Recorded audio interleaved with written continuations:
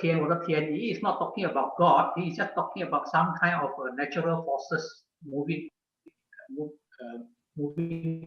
this world. Disasters happen. Say somebody your car, you exclaim, "My God!" Then the worship of Tian was at first confined only to emperors, not ordinary people. Ordinary people cannot have the privilege to pray to the Tian. So the Chinese actually built this particular temple. We call it Tian Tan. In Beijing, you can see this particular temple. It is not a Buddhist temple. It's not a Confucianist temple. It is not any temple. It's just a temple for the king to go and pray to Tian. But of course, later on, today, all common people, if they like to pray to Tian, they can just do so.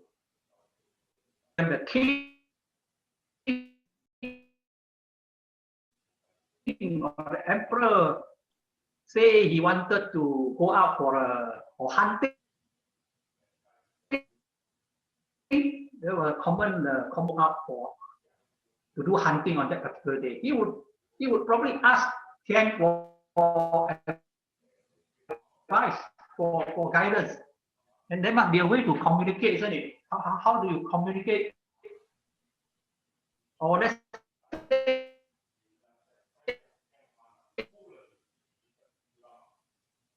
he wanted to wage a war, whether it is advisable. The Chinese have a very clever way. They devise a telecommunication technology about a few thousand years back with two pieces of wood like this. Guy, when it drops down, if one side is up, one side is down, that means okay, can go ahead. Okay, and if it's both the flat side is on the floor, means the Tian is not happy about it. This should not be the case. Okay, we should not go ahead with this. And if it's both sides up, flat, meaning your question was not clear, or it was not advisable, but not sure. Okay. Sometimes I have to pause because this indicates a line not stable. Okay. So this earliest Chinese communication device with somebody up there had been used for all sorts of religious purposes.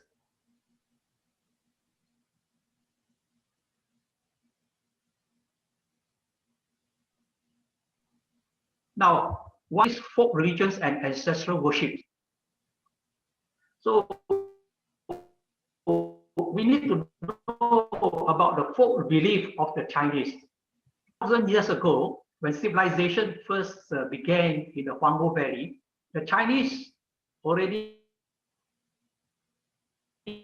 engaged themselves in two, and these spring and autumn prayers continue even until today.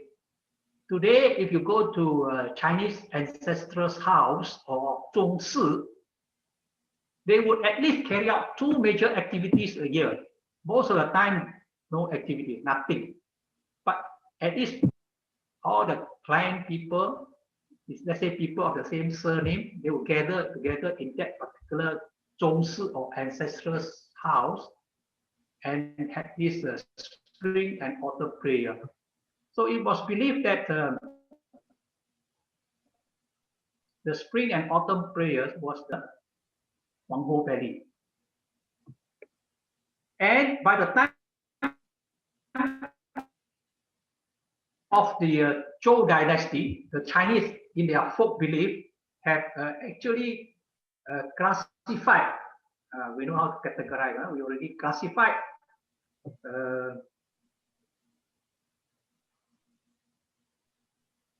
the deities or the gods into 4 types: the heavenly gods, the earthly deities, the human ghosts, and the spirits.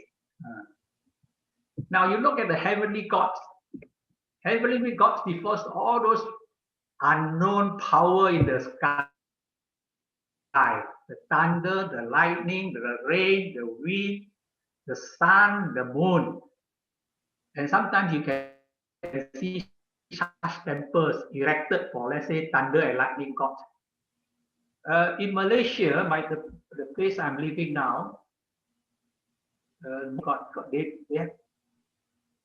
I think there's only one thunder and lightning god in the tourist area called Genting Highland.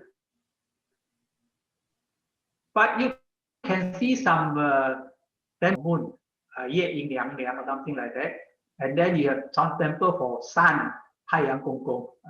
So these are folk belief. At the same time, there are also earthly deities, mountains, rivers, earth. You know, in the ancient days, when we were so close to nature, and when we blessing corporations from the nature, so we assume that the mountains have got mountain god, rivers has got river god, the earth has got earth god. So in the most graveyard, in practically every graveyard, since you borrow the earth to bury people, you must also erect a shrine for the earth god or the Tupi Kong. Then you have the ghost.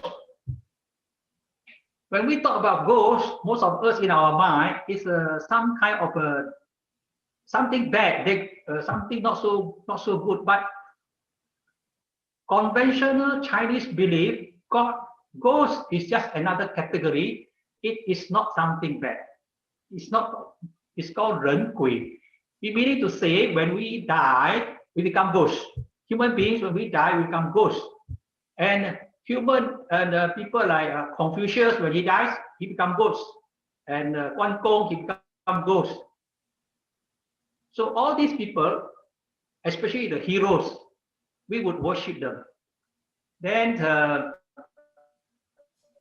you have the homeless who have no relatives, you know, when they die,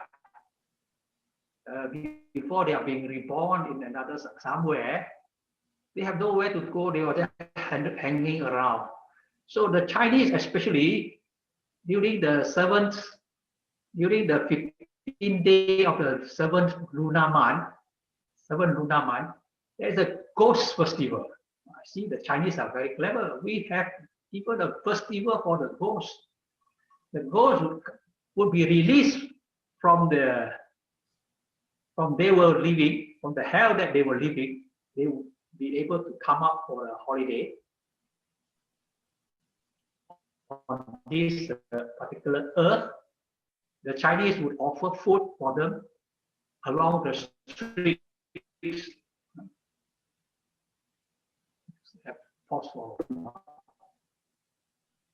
Along the streets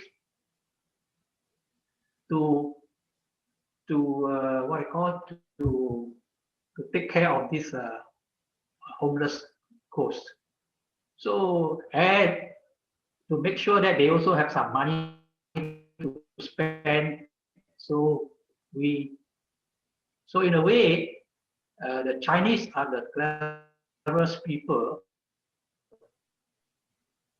because I don't think there's any other race that open the bank in the hell. Only Chinese will open bank in the hell. And then we print banknotes for them. And nowadays, if you burn too much, environmentalists complain. So we Chinese become clever even. We burn crap on the land. So these are how we take care of the homeless ghost. And the Chinese ghosts also very obedient. Not like other ghosts of other religions, they hang around throughout the years. Our ghosts, when come the time, when the end of the 7th month, they will go back. They will go back. Okay, so they come for a short vacation. After that, they go back. So this is, and it is still very popular if you come to the places like Taiwan or even Malaysia, where there are Chinese. You can find them. You can find it still very popularly practiced. Then of course you have the spirits. We believe that in the trees, the spirits dealing with the trees. And for that matter, if you visit us, the Indians also believe that there are devas residing in the trees. We say spirit. Okay. Then in the even doors. Okay. Even doors, we believe that there may be some spirits on the doors. So if you look at this drawing, you see this one is written there. This is a great ancestor's house, and this is the door. And we have two guards here. This is the door spirit. Mensen is a door spirit. Okay? So we have a free guards to look after the house. Thunder God, his face actually looks like a cock, you know. Here's got a pig, and this is his wife, the lightning god, with two mirrors. Okay.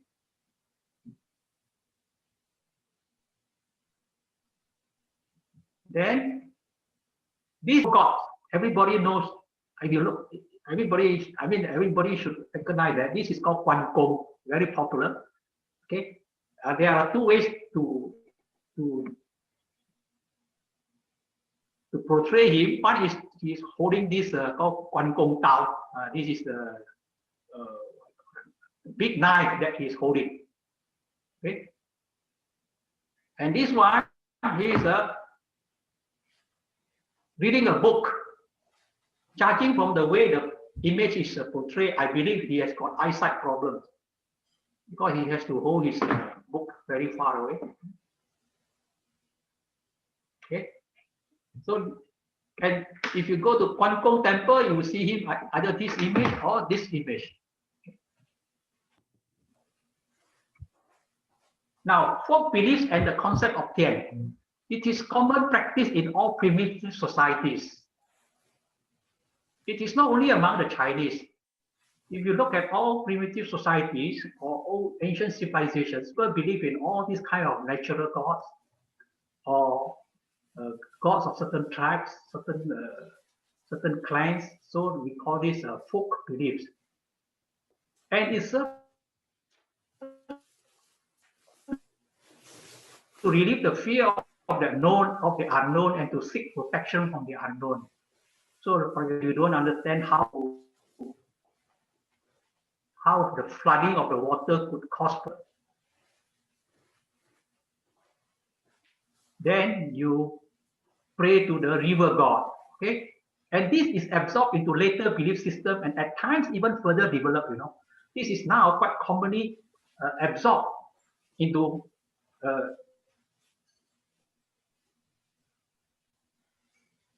let's say in Buddhism. Just now I show you this image, some of the Chinese Buddhist temples. They incorporated these two into this image of Quan Gong into the Chinese Buddhist temples. And in China, when they reach a place like say Malaysia, they also created some local gods here, you know. Datuk Kong means because the local people, the Malay leaders here are usually called Datuk. And when they die, the Chinese would worship them as Datuk Kong. And knowing that the Malays are Muslims, they would make sure that they would not offer pork when making offering to them. Okay? This is how folk belief actually further developed in some places. Then, having said about this folk belief, now I want to move on to one more thing. It's called ancestral worship, or rather veneration. Not necessarily worship in the sense of like worshipation. We pay respect to the deceased ancestors to seek from protections. We do believe traditional Chinese parents pass away, they would be born somewhere in heaven, and if we protect us, and if we fail to make offerings to them, then probably mishaps will come to us. That's why a lot of Chinese still have very strong feeling that they should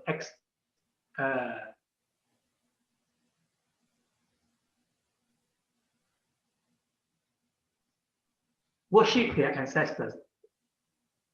Ancestor is not only for protection or with the belief of protection from ancestors, but also to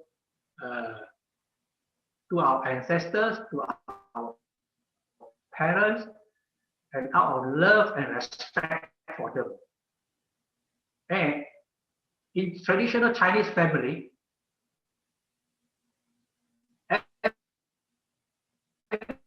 every day before you should not take your food first before your parents. So you have to ask your parents to be seated, and then you offer food to them. That was my practice when I was a boy. You know, I have to make sure my father will come to the table first before I are supposed to be our parents before we take our meal. So suppose the parent died, and we have been practicing that for every day. Suppose the next day the father died, are we going to just to stop that? We will stop that. We will continue to put a small bowl of rice, some water, vegetable in front of the corpse, because we believe that the consciousness or the life is still there, despite the fact that he's already dead, but not 100% dead yet. Being dead is a long process. So we continue to do that. And after some time, let's say after 7 days, we still continue to do that out of gratitude, love, and respect. So this is how ancestral worship is being continued even until today. Now, place of worship. Where do you practice ancestral worship? Where do you do it? Actually, there are 3 places. At home, at the tomb, and at the ancestor's house. 3 places. In Malaysia, once we had a Christian preacher. He was preaching that the Chinese are very foolish. When they die, they're not so sure the spirit is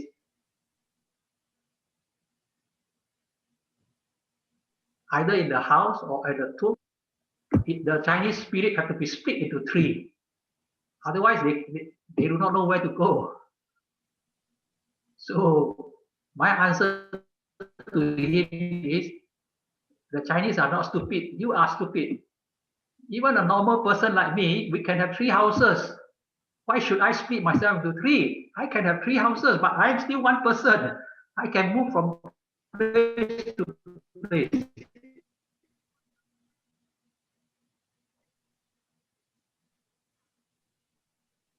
So, for example, for me at my home, I have an altar for my parents. Ancestors' house means 宗室. It is a place actually to foster family kinship, because normally ancestors' house we gathered during the spring festival and the autumn festival, or the spring prayer and autumn prayer, and descendants of those families all come at the same time. So this is time of knowing each other. So now I show you the picture. This is a typical one. Show so and so, so and so. You and ignore this black cat here. I didn't ask her to come in, but somehow she came in. Bodhisattva is by the side here. See? Then of course another one is at the tomb, okay, at the graveyard. And the Chinese believe that this all this engraving and all the things, you have to make sure, okay. And just by the way, every Chengbeng festival, when we come here, we would paint over again all these wordings here. Paint over, make it looks new. And then this is the, again in the ancestral tablet like this would be placed inside there. So this is ancestral worship. Now, just now I show you the place. Then when is the occasion? There are actually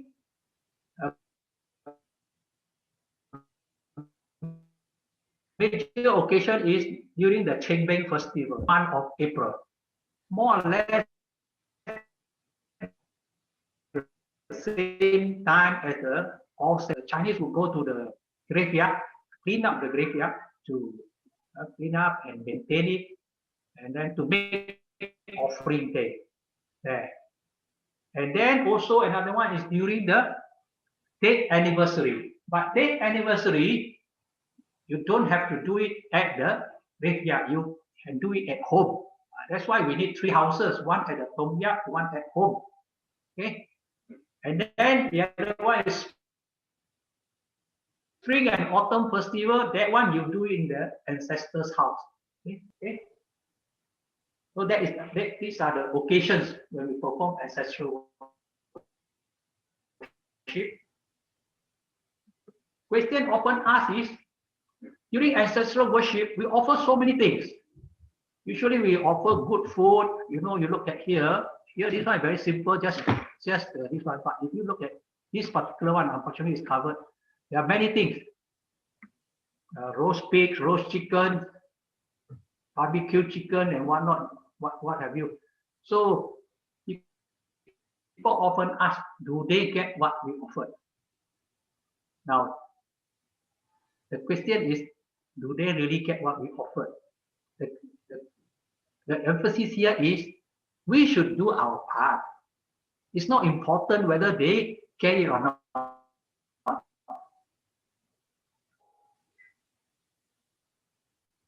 It is an expression of love and respect and filial piety and gratitude to carry out that expression.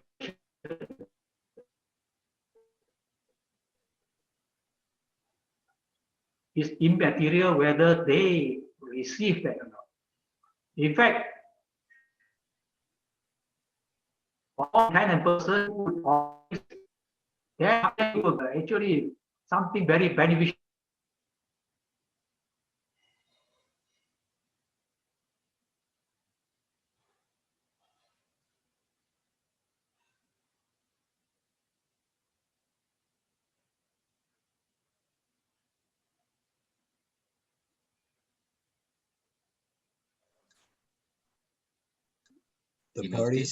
The party seems to be over.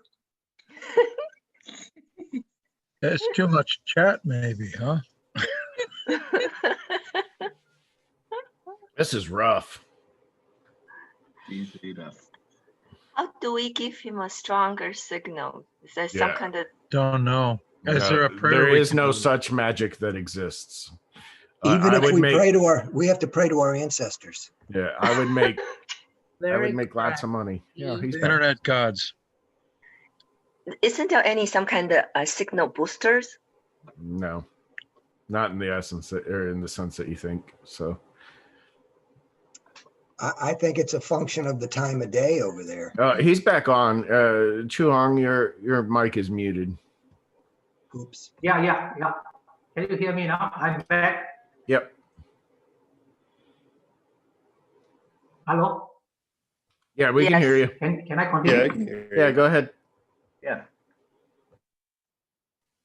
It's a bit choppy here.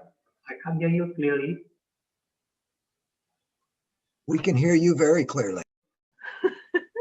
Yeah, maybe turn off your webcam. I don't know if it's going to help really at this point, but Okay, then I continue. Okay. All right. Okay, shall I continue? Can you hear me now? Yes, please go ahead. Okay, if you hear me clearly, then I'll continue. Okay. So I was talking about the chambering, the offering to the ancestors, the question of whether what we offer would the deceased receive. So the answer is actually it's immaterial, because important is our expression of love and gratitude to someone. Okay. It's the same thing when you offer flowers and joss sticks and water and incense to the Buddha in front of the Buddha image. Do you think the Buddha received it? I don't think the Buddha received it, but he still do it because it's an expression. Okay. Then the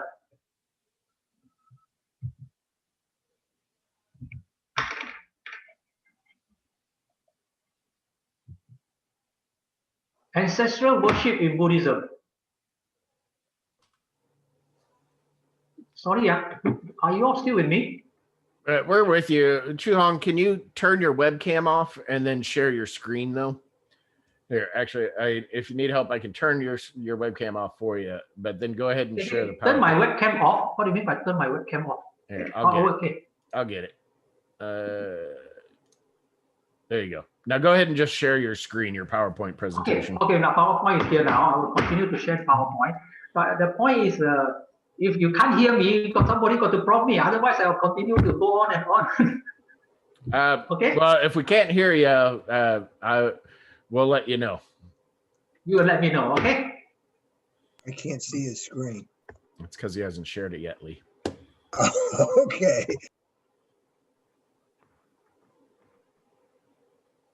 Okay, is it now? Yeah, can you share your screen, your PowerPoint presentation?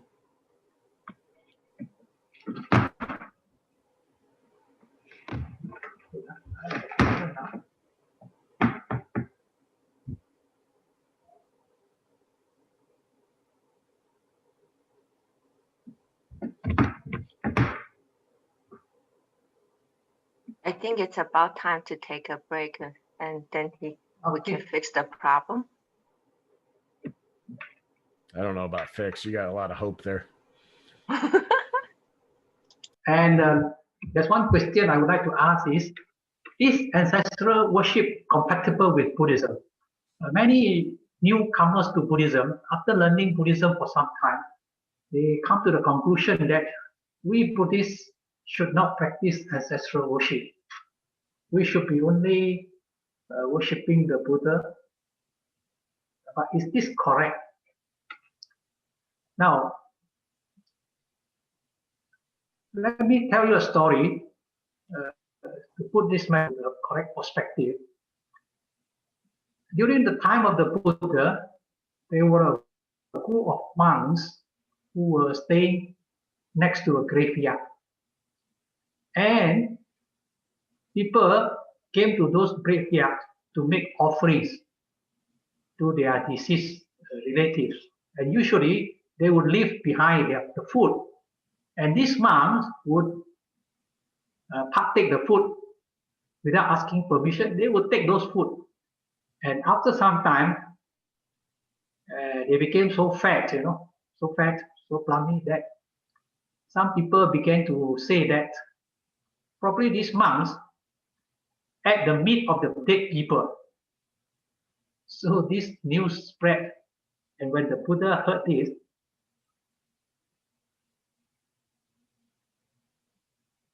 the Buddha gave a Vinaya rules that food can only be taken when offered. So take it. That's why for monks, when you offer food to the monks, you must make the offering. Then only they take.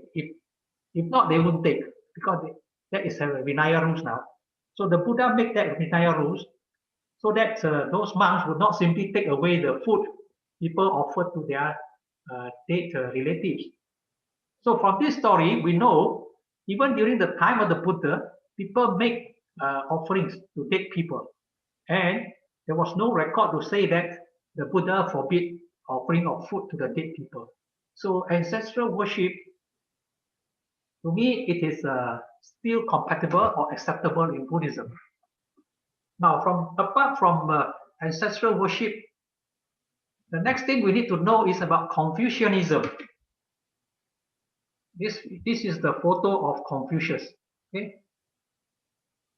his teeth is a little bit chopped out, Then Confucius is the teaching. Confucianism is the teaching of Confucius and Mencius and many other scholars that follow later. So Confucianism, we should not misunderstood it as just from Confucius. It's a group of teachings from many teachers. And if you look at the time when Confucius was born, 551 to 479 BC, he was actually a contemporary of the Gautama Buddha. Gautama Buddha passed away in 543 BC, I think. So they could have communicated if there was some kind of WhatsApp or telephone at that time, but they didn't. Okay, there were no such facilities at that time. If you look at Confucianism, it's basically not a religious system. It's more of a moral code as a basis to build an ideal society.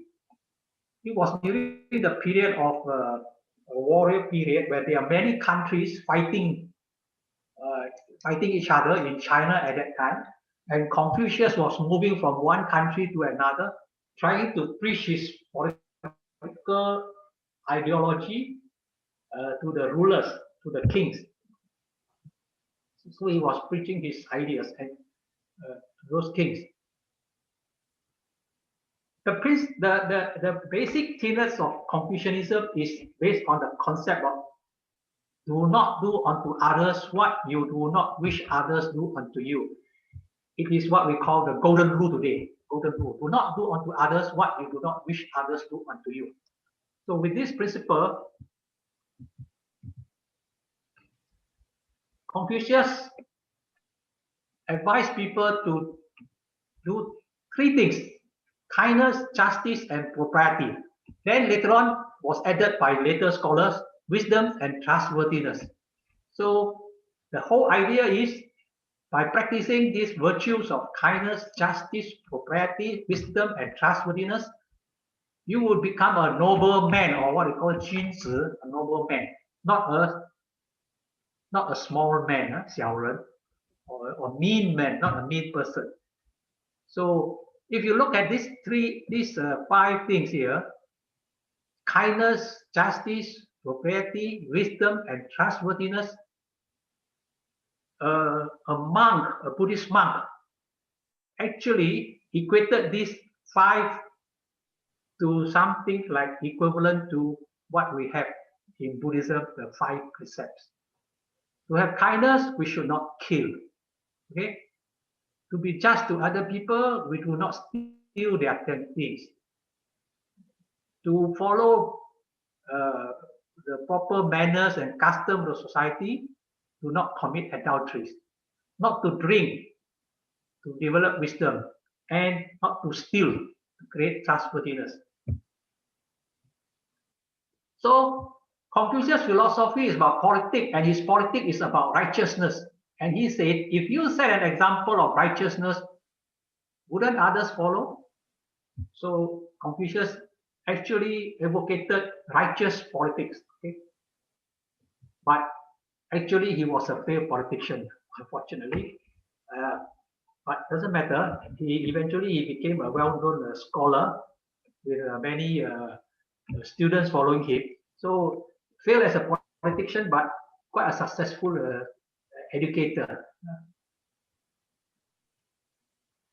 No, now I want to talk something about what did Confucius say about religion, because we know just now what we mentioned just now.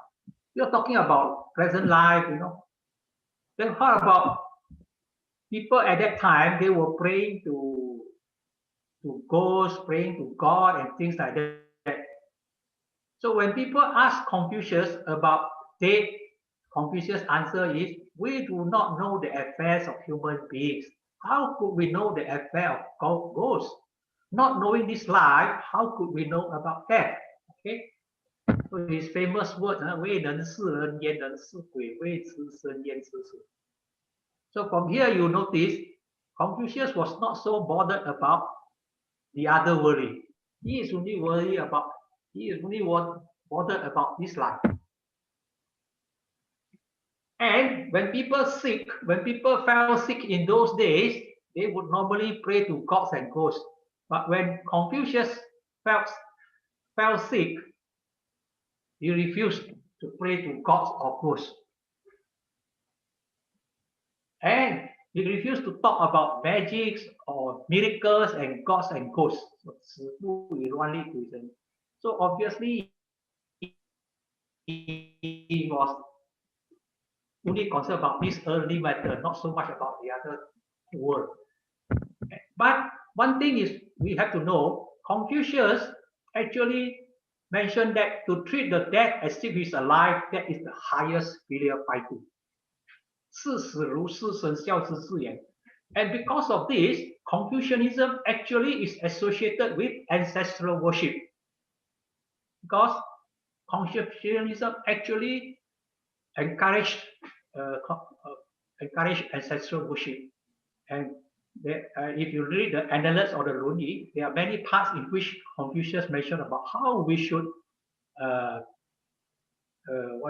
mourn the dead and pay respect to the dead.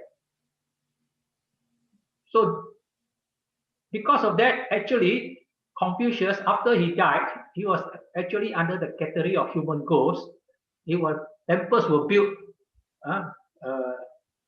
to honor him. You look at this temple here. This temple here, on the right hand side, that is the image of Confucius. That is installed inside the temple here. This temple is a huge temple. Outside, it doesn't really look like a temple, but it is a temple. This is actually in Hanoi, Vietnam. Okay.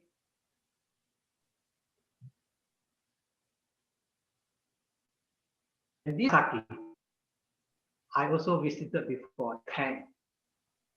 So actually, Confucianism actually spread to Korea, Japan, and Vietnam also.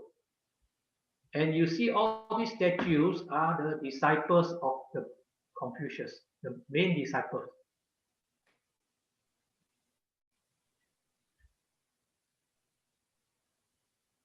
Today, Confucius temple is still frequented. Students in China, when they are going for the Gaokao, the entrance examination to the universities. A lot of students gathered at the temple here to pray to the Confucius, hoping to get his blessings. Okay? Next thing is I want to talk about is Taoism. Okay. By the way, Lao Tzu and Confucius, they were more or less the same time, except that Lao Tzu is a little bit older, and Confucius actually regarded Lao Tzu as his teacher. So now in China, today a lot of Chinese claim themselves to be Taoist. And who is Taoist? What is Taoism? Taoist teaching or Taojia is attributed to the Tao Te Ching, the book of the way, said to be taught by Lao Tzu. It was mentioned that Lao Tzu actually wrote this very small book, which comprises of the two main sections. The first main section begins with the word Dao Ke Dao Fei Chang Dao. So that's why you use the word Dao there. So Tao, if you don't understand it, you can equate it something like Dhamma in Buddhism.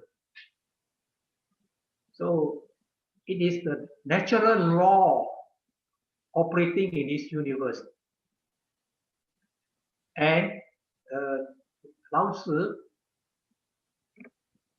recorded his teaching inside this Tao Te Ching.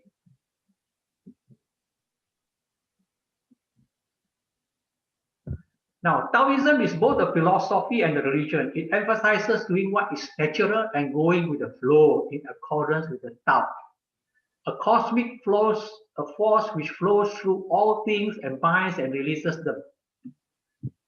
Taoism believes that there is a natural law inside this natural universe, inside this universe. So, for example, if you look at the nature, water flows from high to low. But when water flows from high to low, it benefits a lot of things. It irrigates the canal, irrigates the earth. You can plant crops, and then it can make things grow. And water don't seek to go to the higher ground; they always go to the lower ground. So to him, that is the most natural way we should behave. We human beings also must go to the lowest to be able to serve, to be able to be of service, of contribution, without having to fight to go up to the highest possible level. So he advocated this concept of Wu Wei. Wu Wei doesn't mean Wu Wei is the most difficult to translate. That's why I didn't put any translation. It means probably equal to anarchism in politics, meaning no governance. Wu Wei doesn't mean it means effortless action. Okay, maybe I translate it as effortless action. It means you follow the law of nature so that you need only the minimum amount of interventions. So if there's a big tree in the middle of the road, you don't have to cut down the tree. You go around the tree. Probably you make a roundabout around the trees. There's a concept of Wu Wei. Don't try to fight, but try to go the other way around. So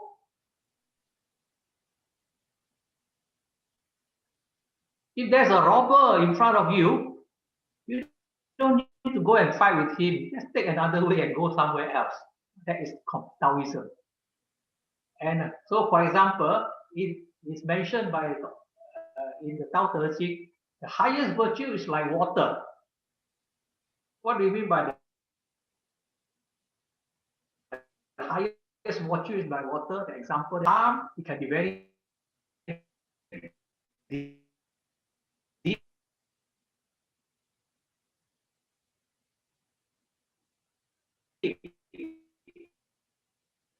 You know, when it's very deep, it's deep.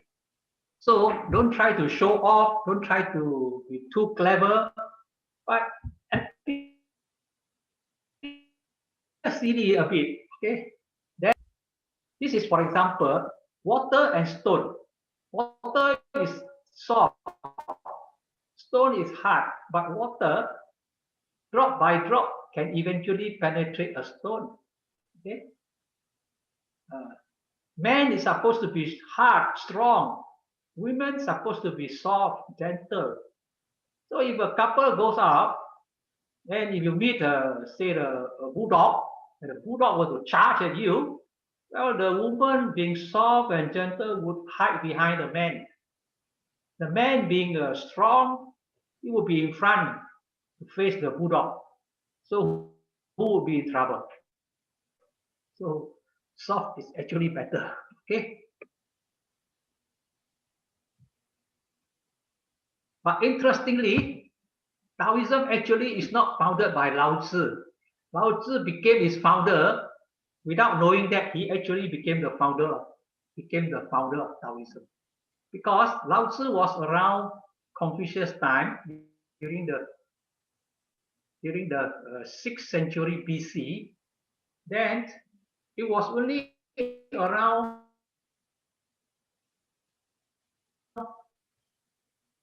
the first century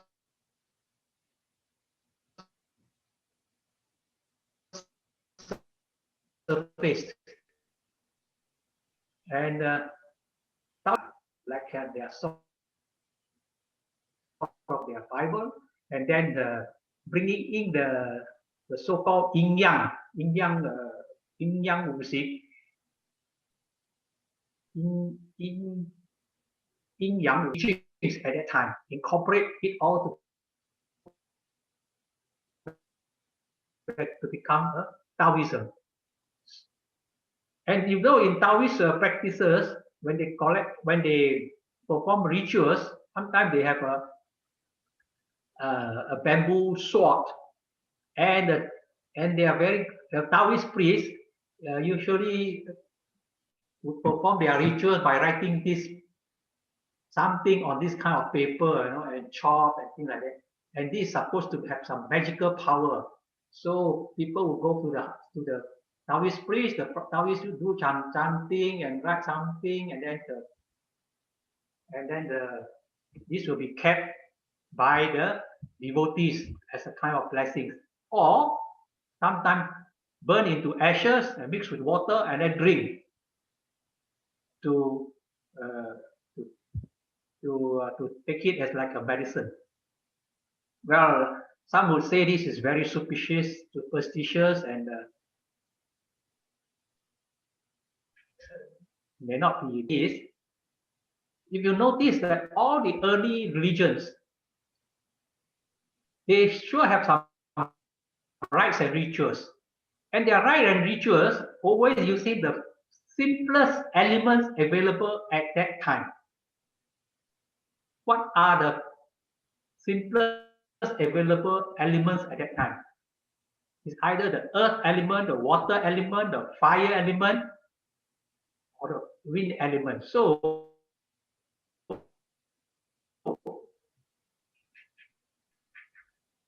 you notice in most religions, very available elements, natural elements. But by the time when Taoism surfaced in China, the Chinese already created papers, and they already know how to do writings. So they have this added element called papers as a form to perform rituals. So actually, it is an indication of the advancement of Taoism. Okay. Now I want to go further.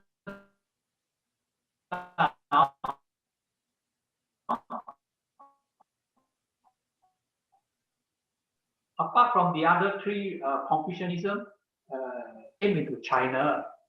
Although these religions did not become part of the Chinese culture, they did come into China because by the time of the Tang Dynasty, Xi'an was the biggest city in the world at that time. Xi'an was like New York today. Everybody like to come to Xi'an or come to China to trade with China or to learn something with China.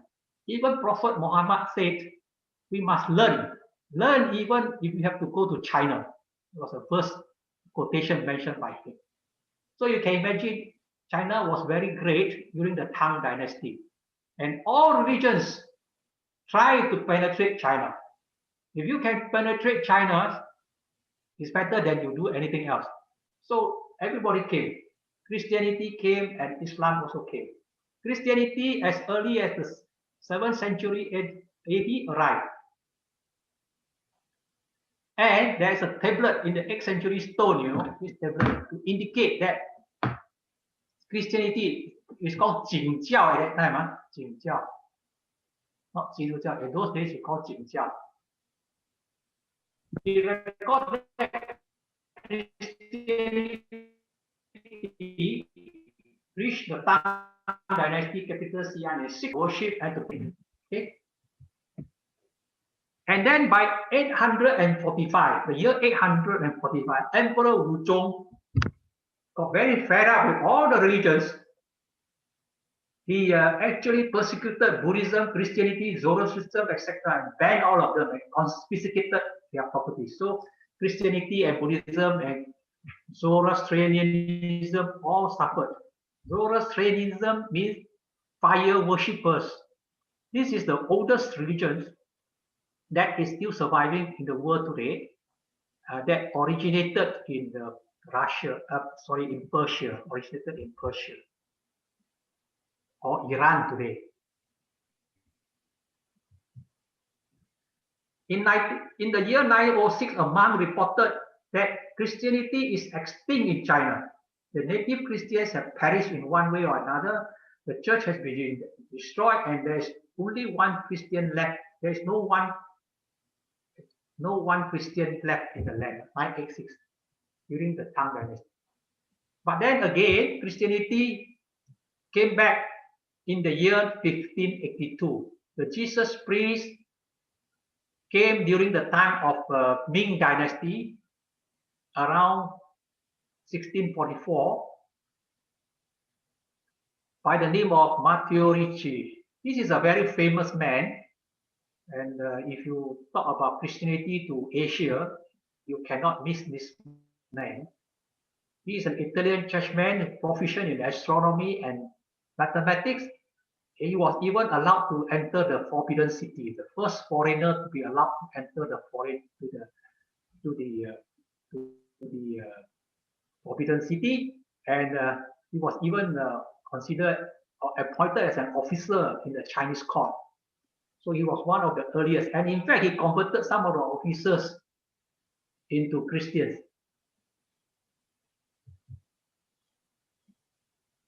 Now, I need to stress one more thing here. When Matteo Ricci came to China, when he preached Christianity, he did one thing. He allowed ancestral worship. He studied Chinese. He could speak Chinese and write in Chinese.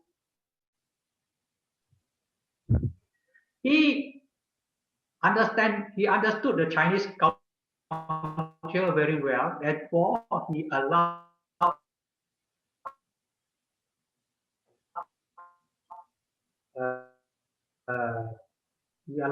but when Portugal became weak, and then the Vatican Church became stronger again, the Vatican Church sent an envoy by the name of Duolo to China to decree that Christians should not practice ancestral worship.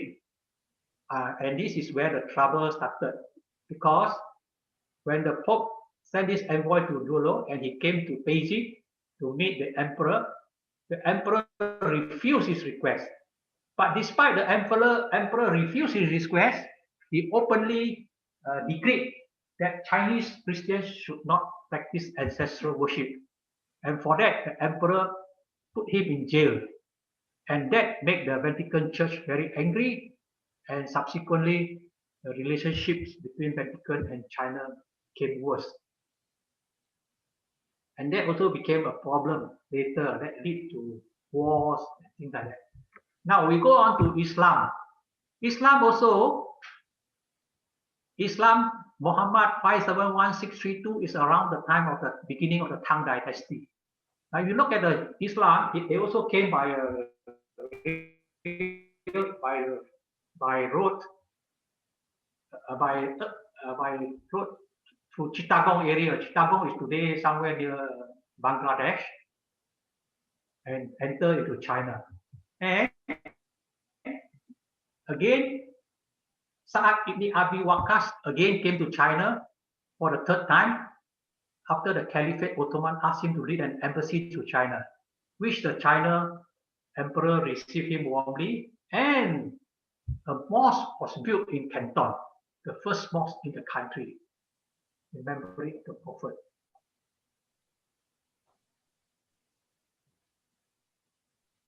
So now the question is, Christianity and Islam did not take root among the Chinese. Why? This is a question we need to pause and ask why. Because Buddhism came to China, invited, and took root in China and became part of the Chinese culture. Christianity and Islam also came. By now it's more than 1,000, from around 600 AD, also more than 1,400 years now.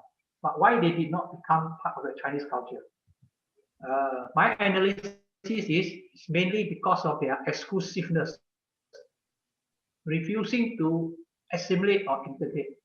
Both Christianity and Islam insisted that if you embrace Christianity and Islam or Islam, then you should forego ancestral worship, you should forego Confucianism or Taoism or Buddhism, something like that.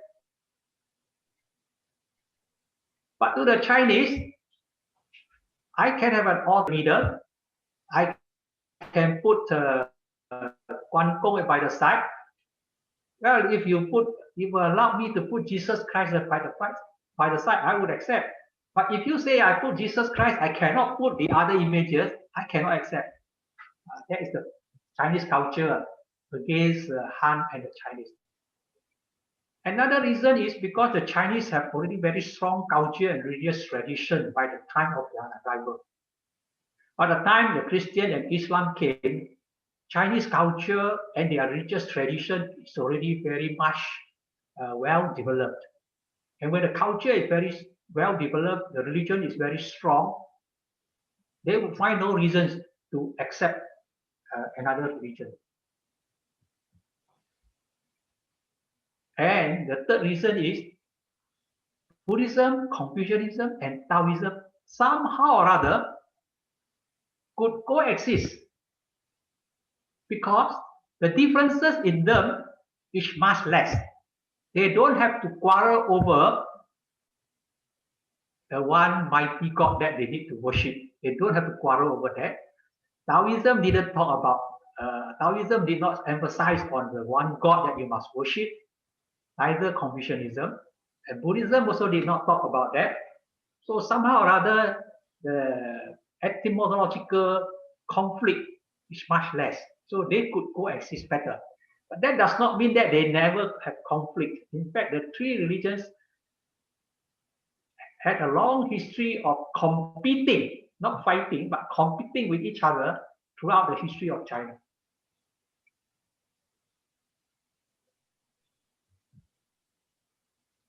Now, with all the religions, it is said by a Chinese scholar that an ideal Chinese lives as a Confucianist, retires as a Taoist, and dies as a Buddhist.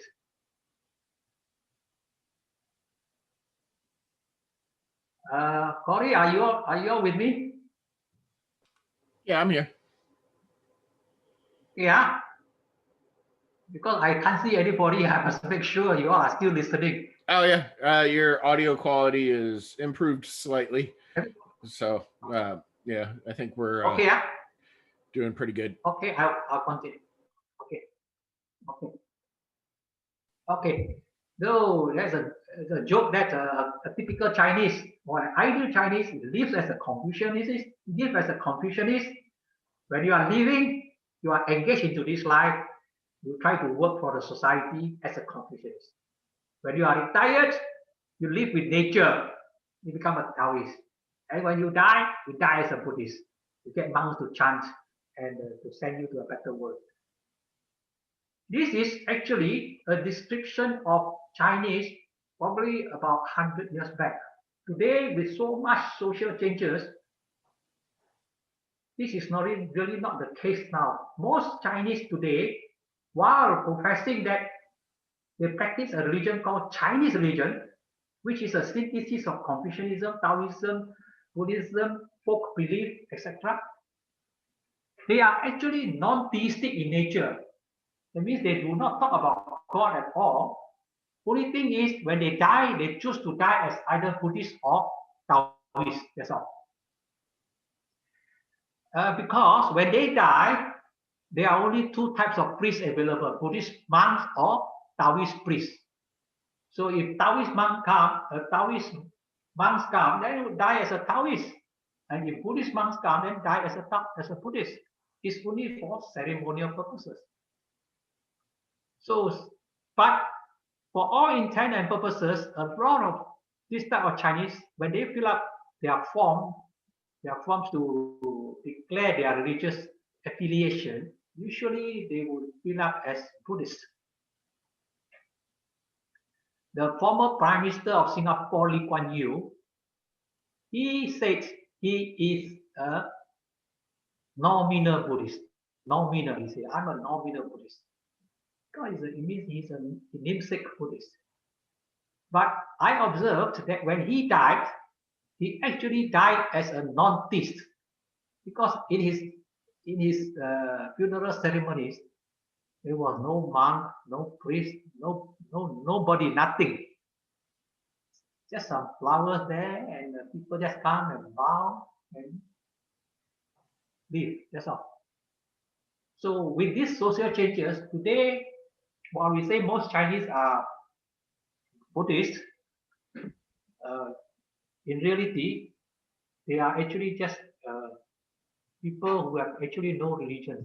But for ceremonial purposes, they would become Buddhist. So we talk about the problem of syncretism. They all come together. Now you look at this Chinese author here. This is Guan Yin Bodhisattva. Guan Yin Bodhisattva is the Bodhisattva in Buddhism. This one is probably the topic gong, or the what they call the local deity of that particular place. Okay, and then we offer these papers. All these are money, you know. All these are money when burn and offer. But if you look from here, it is a syncretism. It's mixed together. So the problem now is there any problem with this kind of syncretic belief? Do we have any problem with this kind of belief? And even if estimate to an extent of beyond recognition, is it a problem? Actually, it becomes a problem when we are lost in the system, or we are confronted with exclusivism. It becomes a problem when we are forced to choose to be exclusive with either this or that. Then it becomes a problem. Otherwise, actually, syncretism was the norm. If you look at the human society, syncretic belief actually syncretize Confucianism, Buddhism, Taoism, folk beliefs all together, and they live like that. The Shinto Buddhists, they syncretize Shintoism and Buddhism together. The South American Catholics, a lot of them still have their Maya faith, while they label themselves as Catholics, but actually it's a syncretic religion of Catholics and Maya faith. And then in Philippines and Borneo, my country, for example, the Dayaks and the Kadazan, they are supposed to be Catholics, but they also have a lot of their animistic belief in their belief. Then they are Greco-Roman, and even in Malay Islam, in Malaysia, a lot of the earlier elements are still pre-Islamic elements are still in their life. That's why Islamic scholars say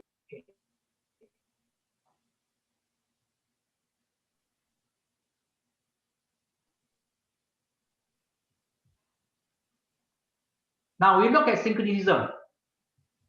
in a religion, multi-sect Hinduism. If you look at even within a religion, not to say between religion, within a religion, actually there is some kind of you look at Buddhism, you have Mahayana, you have Theravada, and if you look at nowadays in Theravada temples, people put Kuan Yin there. This is getting more and more popular now in Malaysia, where there's a statue of Kuan Yin. You know why? They have great faith in the Kuan Yin. And Theravada temples,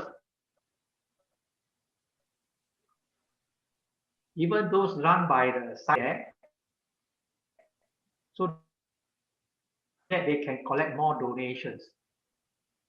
So, and in fact, for devotees, lay devotees like us, most of us are multi-sect. Most of us, today we go to a Mahayana temple and pray to Kuan Yin.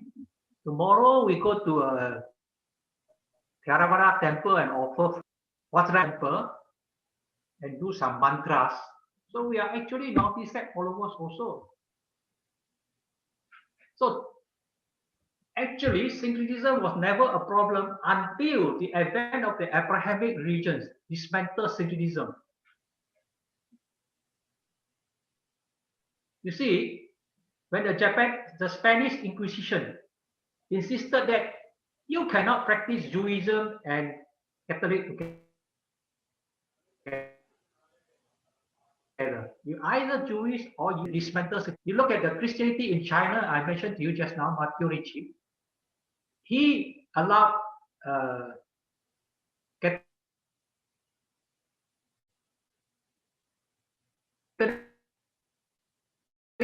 to conduct ancestral worship. So this is how the event of the Abrahamic religion actually dismantled syncretism. And in fact, if you look at it, the impact of the Abrahamic religions has on our modern life now. We simply have to choose one. You know, we are not allowed to have both. So nowadays we have population census. I give you an example in Malaysia. In 1970, when we have population census, there's a column. There's a column called Chinese religion. Bracket Confucianism, Taoism, Buddhism. So that is based on the situation in Malaysia, we use that format. But by 1980, all the forms in the world follow one format due to the influence of Abrahamic religions. All the population census worldwide use one same form now. So when they use one same form, the category now is different. Buddhism is one category. Then Confucianism, Taoism, and traditional Chinese belief is one column. So you are forced to choose. You have to choose either Buddhist or you have to choose Confucianism, Taoism, and folk religion. So you guess in Malaysia, Chinese would choose what? In fact, most eventually choose Buddhist. Why? Because the other side, the choice is Confucianism, Taoism, and folk religions. And I think sometimes people don't like to be called a folk religious believers, so they choose Buddhist. So this is the impact of the Abrahamic religion on our modern life. So now, having said all these things, the next thing I want to share with you is the diversity. How do we look at this problem? The Chinese having belief in multi-religions together, how do we look at this thing? So I want to look at this from the point of view of diversity. You look at the gardens, there are many types of flowers. And different flowers actually make it look better and nicer, isn't it? You imagine if here is all green, no red. I think it will be very. Sometimes you have white, you have black, you have yellow, and if you look at animals,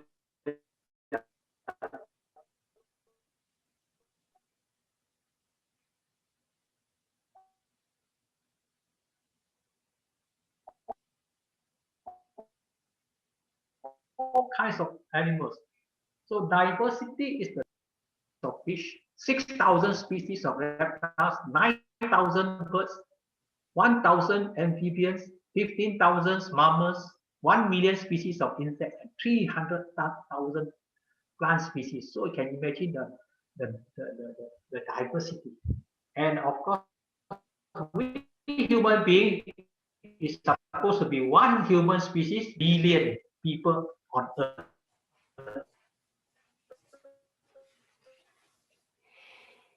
Okay, every one of us, 7 billion people, no two persons are the same. This is a very unique thing. No two persons are the same. All are individuals. And there is a strength in diversity. When we are different, just like our fingers. If our 5 fingers are different, it actually is a form of strength. But sometimes people refuse, especially religionists. Everybody think my religion is the best. I want to make everybody follow me. So we tend to think of my I or ego or we go. Ego or we go. We go means we together. Okay. We tend. So that is why there is persecution in the world today, because some people refuse to accept diversity. They wanted everything to be like them. Okay, so they have the concept of you are either with me or without me. But if you look at the Chinese yin yang, then you notice actually in the Chinese yin yang, in the yin there is a yang, in the black area there is a white dot here. In the white area or in the yang area there is a black. It signifies that we are actually one. Within male, there is female element. Within male element, there is female element. Within female element, there is male element. That's why sometimes men can be very gentle, and sometimes women can be very fierce and strong. Okay. Now we look at diversity in belief system.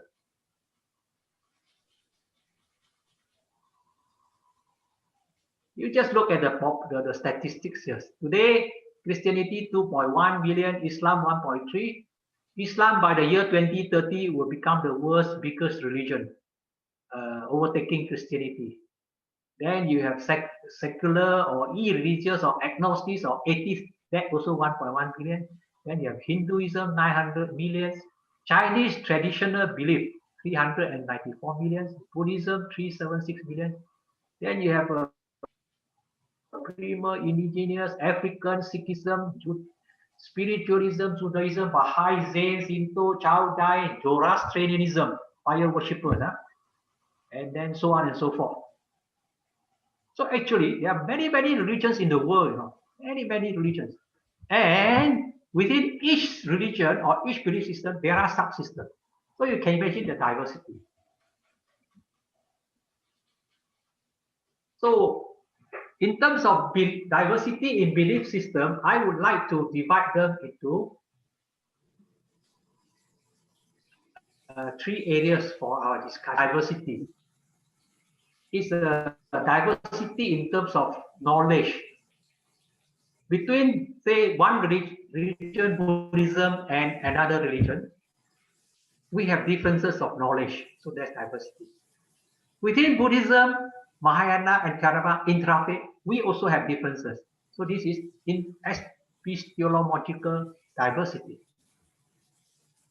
Then we have another diversity in practice. Prayers, religious obligations, food, clothing. So for example, the Mahayana clothing and Theravada clothing, you look at the difference. The way the food we eat, some vegetarian diets, some non-vegetarian diets.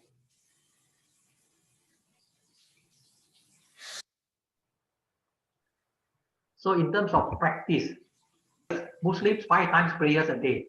Most non-Muslims don't do that. Okay. Then you have another diversity in terms of cultural diversities. You and me can be Buddhist, but we still have cultural diversity.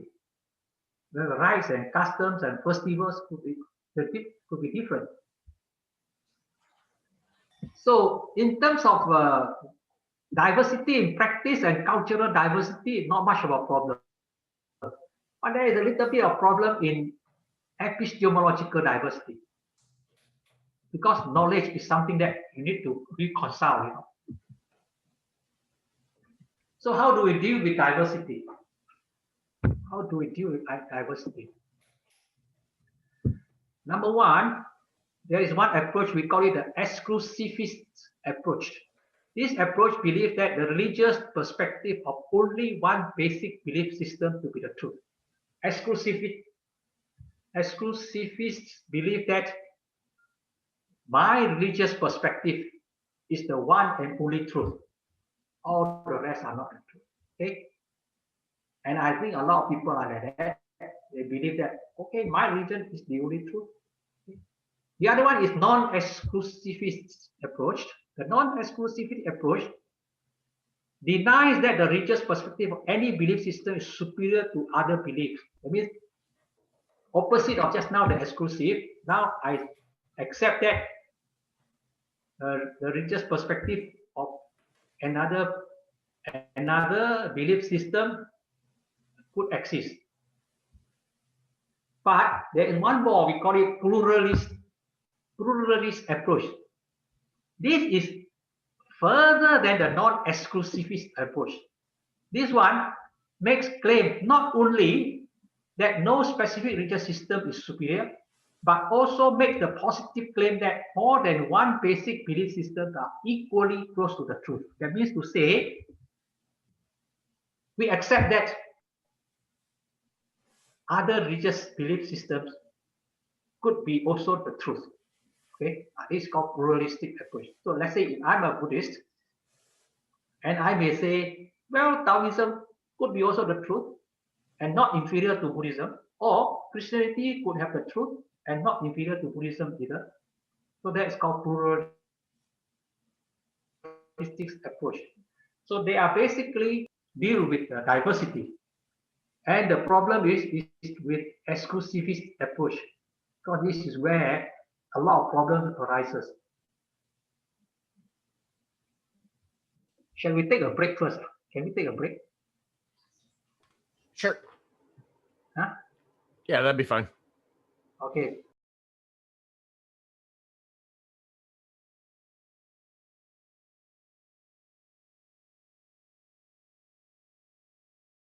Start again. Sure. Okay. Everybody ready? Yeah, I think we are. Yeah. Yeah. Okay.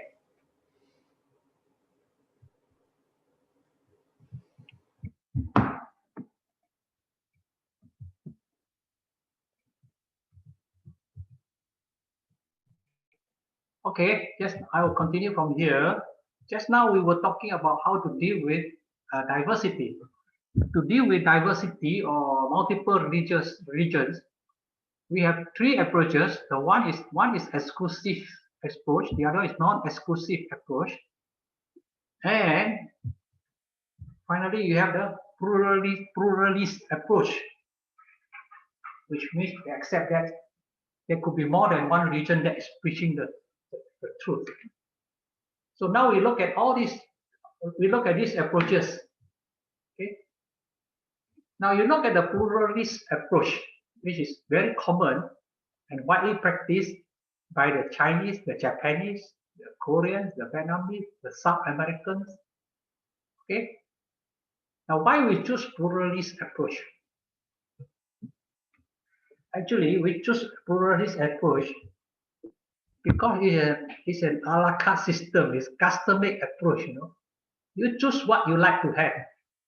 You are not confined to one particular religion.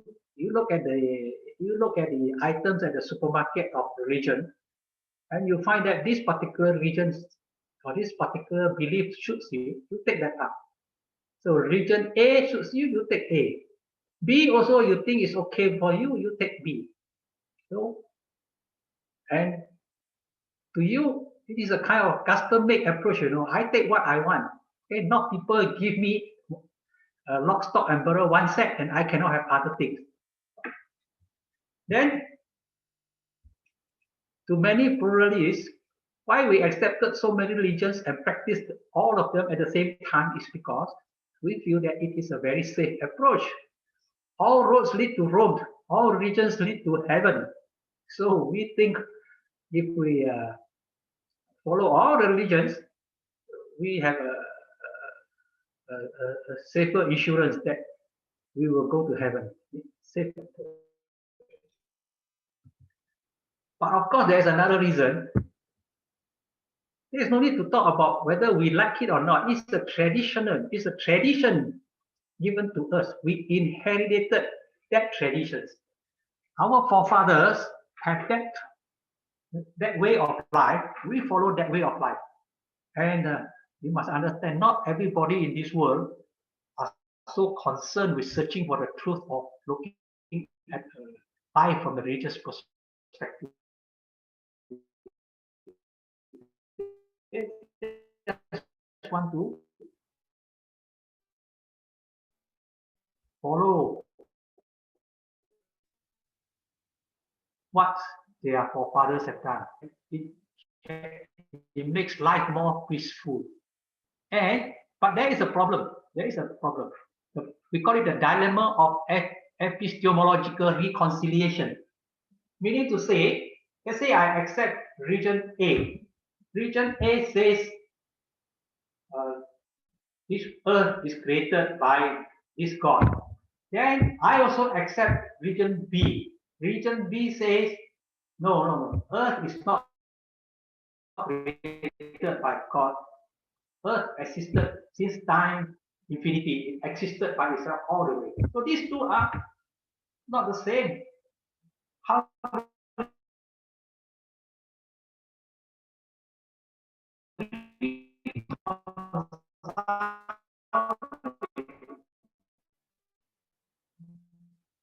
do you resolve this problem?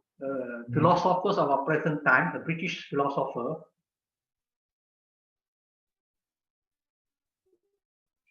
he actually said religion to be little likely harmful to people.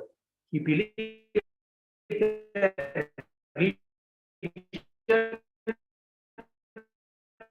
and religious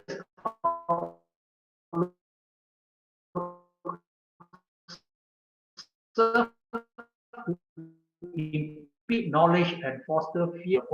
That since the great religion of the world disagree, then not more than one of them can be true. We need to say, since they all disagree, then not more than one can be true. Only one can be true, the rest are true. So his is also exclusive. Only one can be true. So just now I go back to this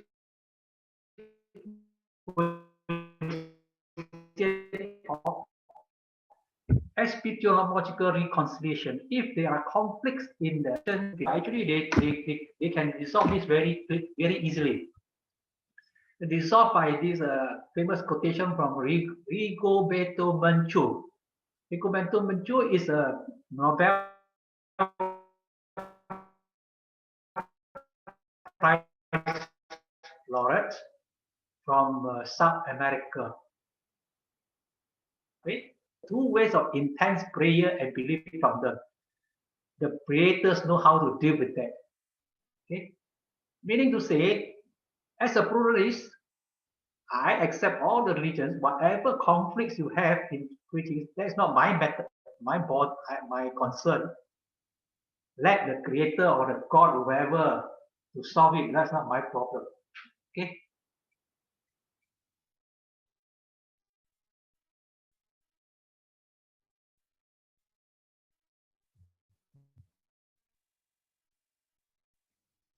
So the way she argued may not be rational. You know, the belief system is all about belief. Instead of the pluralist approach, you have the exclusivist. The exclusivist approach is mine is more superior. Mine is the only truth. All the others may not be the truth. Now the question is, how can you maintain this? Is this rational? It is not rational at all. Because have you studied all to come to this conclusion? Just now I show you among the world regions, there are 23 regions listed there, and with their subdivisions. So there are so many. Have you studied all? If you have not studied all, how can you come to the conclusion that yours is the best or the most superior? So again, for an exclusivist to claim that his teaching is more superior actually is also not rational. Then, of course, sometimes some can be very recalcitrant. They will say, yes, I have not studied all, but I simply know mine is more superior. This is just making a claim, you know. But it would be a more non-exclusive if you say, yes, it is the best for me. Okay, it is the best for me. I give you an example of one person who says like this. He's Paul Nitter. Paul Nitter is an American. He says, yes, it's the best for me. The exclusivist language is much like the language of a husband who used to his wife. You are the most beautiful woman in the world. You are the only woman for me. Such statement in the context of the marital relationship, and especially in intimate moments, are certainly true. But the husband would bark if asked to take an oath that there is absolutely no other woman in the world as beautiful as his wife, or no other woman would he call possibly love and marry. That would be using a different kind of language in a very different context. So this approach, well, is much more, to me, is a much more acceptable way that you say, yes, it is the best for me. Okay, that's all. I wouldn't say this is the only truth, but I would say it is the best for me.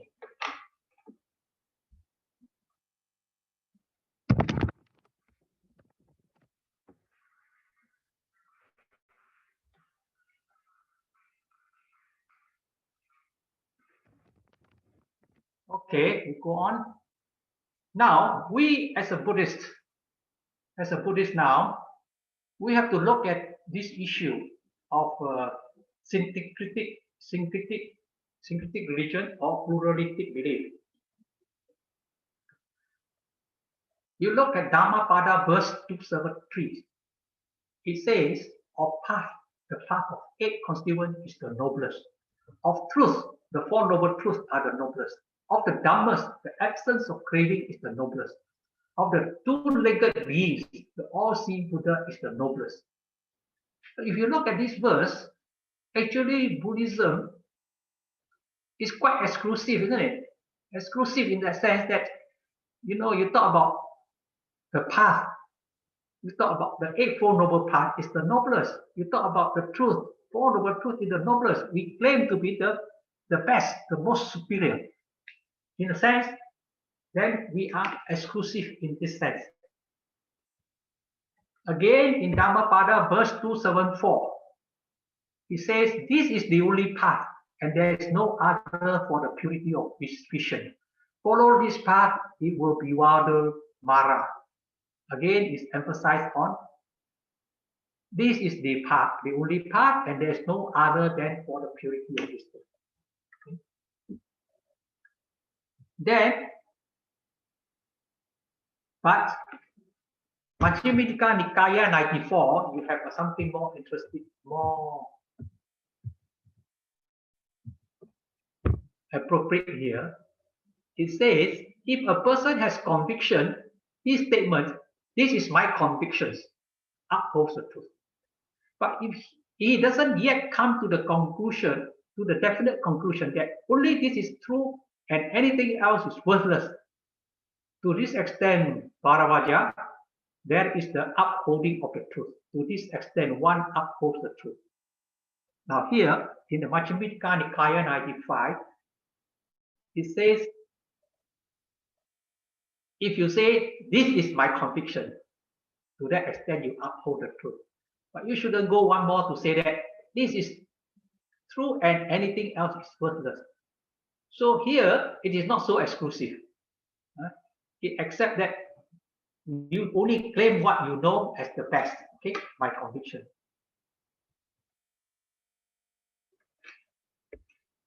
Now we're back to Dhammapada verse 275.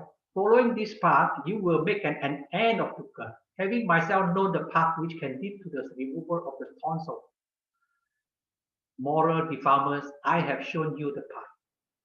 Here it is not mentioned whether exactly this is one and only path, but you know earlier 273, 274 already mentioned this is the path that the Buddha says this is the path that will show you the way.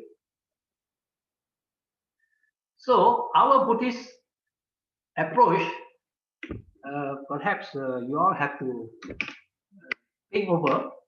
I'm not telling you the answer. What should be the Buddhist approach? Are we Buddhists going to claim exclusive, or are we going to be, like in the words of Paul Nitter, yes, exclusive in the sense that this is the best for me, or this is my conviction, this is my faith, my saddha. Okay? But do not go to the extent of saying that all the rest are false, or all the rest are not the truth. Okay? So how do we live in peace? We have to acknowledge and accept the truth of diversity. Now this is especially true for when we want to look at the Chinese religions. The Chinese religion actually is unlike the religious profile that you see in the West, where people follow one religion, one set of religion. But here in the East, China, Japan, Korea, Vietnam, people tend to follow a syncretic set of religions. And to live peacefully, we have to acknowledge and accept the truth of diversity. And remember that whatever your approach in dealing with diversity, always follow the golden rule that do not do unto others what you do not wish others to unto you. Live and let live. Okay. So this is briefly what I'm going to what I share with you today. Here you see one temple, one mosque, and one mosque here and one church here. This is somewhere in Indonesia. All these kind of beautiful scenes you can see today in many parts of the world. In Malaysia also you can see churches, temples, mosques side by side. But unfortunately the world is drifting further and further apart. Nowadays there are more and more efforts to curtail or to stop or even to destroy existing places of worship just because you don't like your neighbor to be different from you. Here is an interfaith gathering in Malaysia. This interfaith gathering, I don't know where. This is an interfaith gathering. This is from Austrian University, visited my temple. This is a Vesak Tea Party in Malaysia. This is our Prime Minister and a Minister. So this shows how we accept and live in a society of diversity. So this is what I'm sharing with you now on the Chinese belief system. This is the end of chapter 2 on Chinese belief systems. Okay, you have any questions? Anyone would like to bring up anything for discussion? Yes, I have a question. Yeah. Back when you were discussing what the ideal Chinese would be, the ideal would be to die as a Buddhist. What specifically is different to die as a Buddhist compared to the other? Oh, actually, it was a joke by a scholar that a typical Chinese or an ideal Chinese should live as a Confucianist, means engage in this life, very much engaging in this life. And then when you retire, you enjoy all the natures with you, go to the countryside, or you just watch the moon at night and listen to birds singing, things like that. And then when you die as a Buddhist, simply means get a Buddhist monk to chant for you. Because anybody would die anyway, but it's a ceremony. Okay, it's a ceremony. Ceremony let the monk conduct the ceremony. And in Malaysia, it's either Buddhist monk or Taoist monk. So ideally, we say in order to complete all the three religions, so die as a Buddhist means to get the monks to do the chanting for you. Okay, thank you very much. Yeah. Anybody else?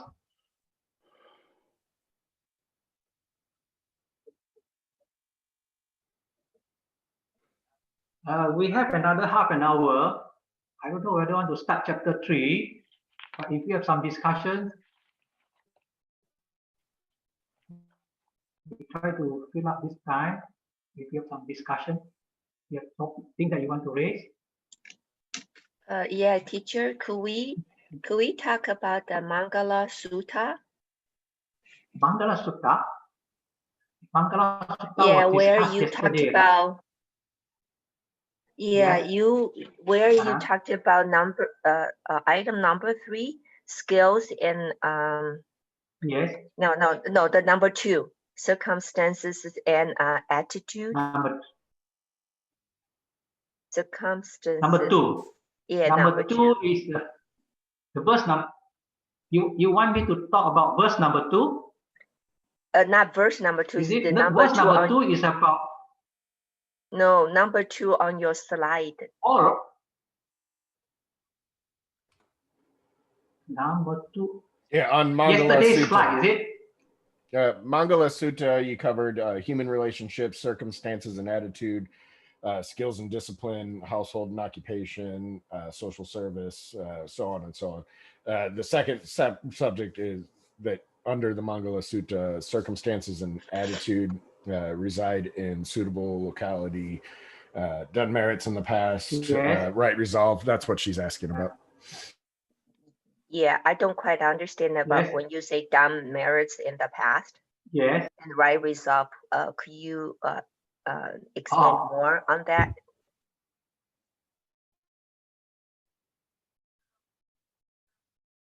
Hello? Yeah, he may have froze. That's a weird looking screen. I think you stumped him with that question, Lisa. I am so sorry. I'm just teasing you. Yeah, he went blank. I know. Bring him back, Corey. What kind of power do you think I have? Supernatural power. Lay hands, The Corey, Wi-Fi lay hands. signal. Okay.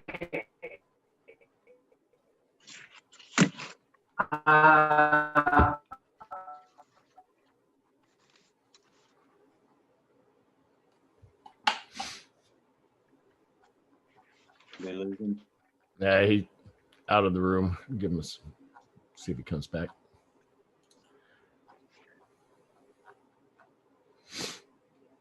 Corey, would you reread that group 2 that you were talking about? Because I've got meritorious deeds, but I don't have anything else associated with that group. I just wrote down what he had on a slide and listen. So reside in suitable locality. Reside in suitable locality. Yeah, done merits in the past and right resolve.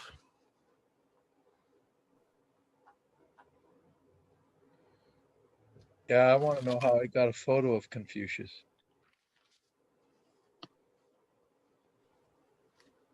He was there.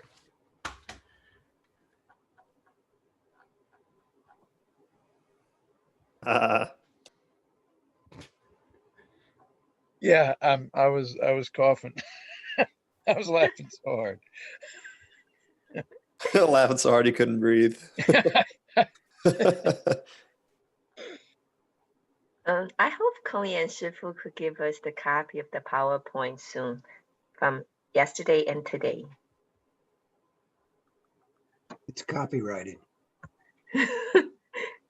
Well, they promised that she would send it to us.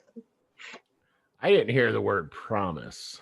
Yeah, that's true. It was implied. It was an No, implied because if contract. the words came from Kong Shi Shifu, that should be a promise. So we can all have it memorized by the end of the So, day. teacher said that he said Bernard Kongyan will send to us.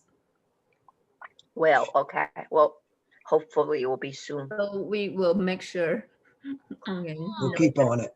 Teacher already mentioned it.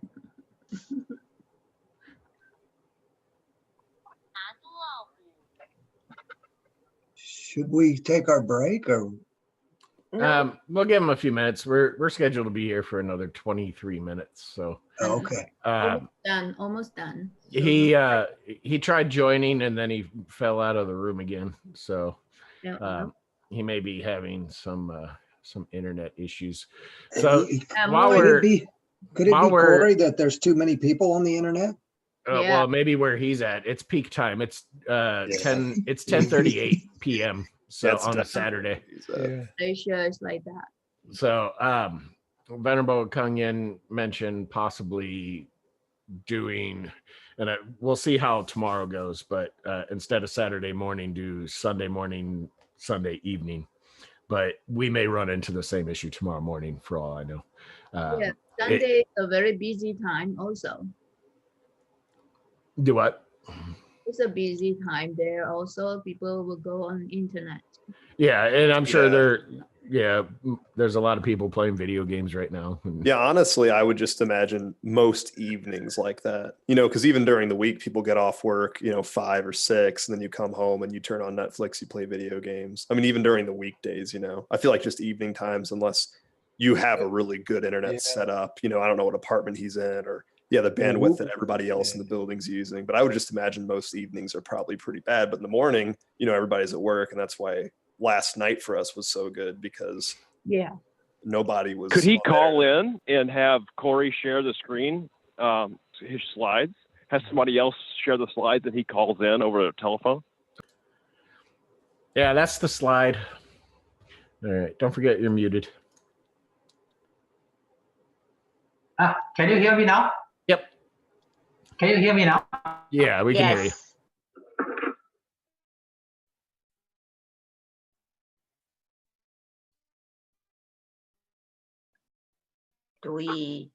Have we lost him again?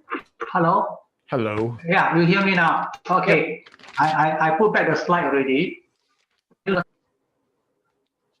Hello? Yeah. Yes. Okay.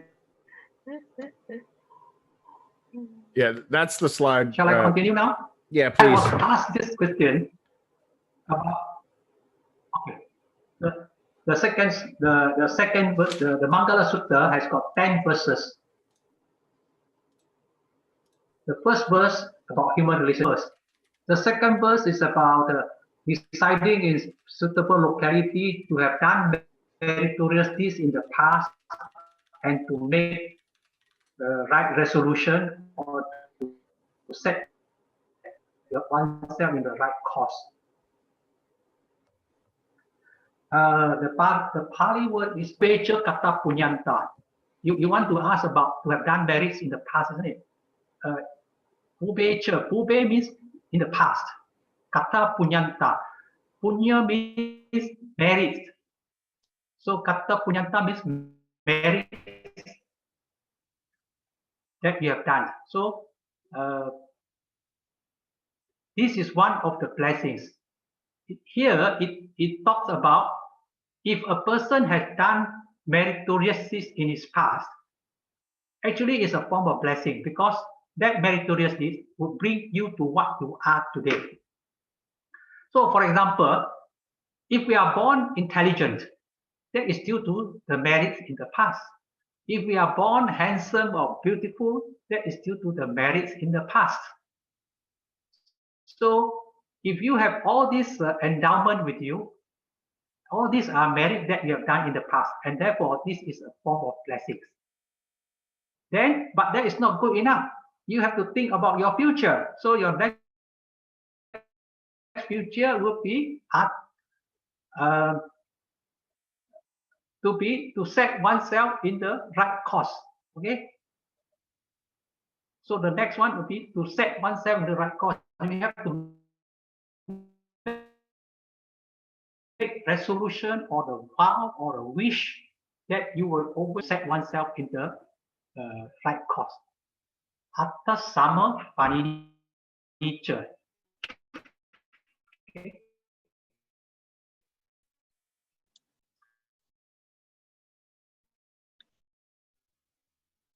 Okay, anything else? Yeah, what is that Hello? residing in suitable locality? Residing in suitable locality. Pati rupa desa waso. Desa means locality. A suitable locality in the Buddhist scriptures, or rather in the commentaries, mentioned free from natural disaster of fire and water, and free from bad things, where there are security on the streets and things like that, and free from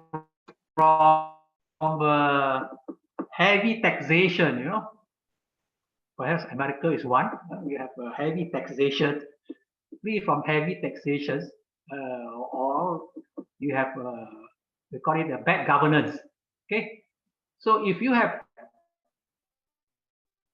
are free from this kind of natural disasters and human interference, but more than that, we also say if you reside in that particular locality, and that locality provides you with a good opportunity to learn the Dhamma, that is a suitable locality. So if you are near to Augustus, then I think you are in a good locality. Okay? But nowadays, people can communicate or what, still good locality. Okay? So if you are in a good locality, of course, it's a kind of blessing, right? Okay. So these things Okay, anything are, else? yeah, so my understanding is, based on what you said, all these things basically are decided already by the past merits that we did. So we are able to be close to the suitable locality. If you haven't done enough, then you won't be able to be at the right location.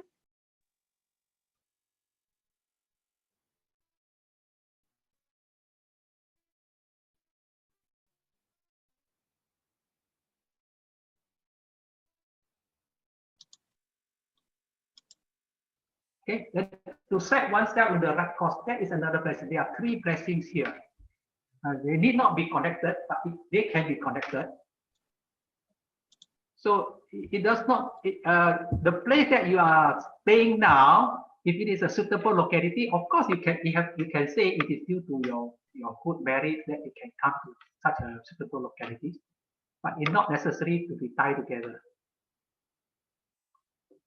Okay. Okay, thank you. Thank you. Okay, anybody else?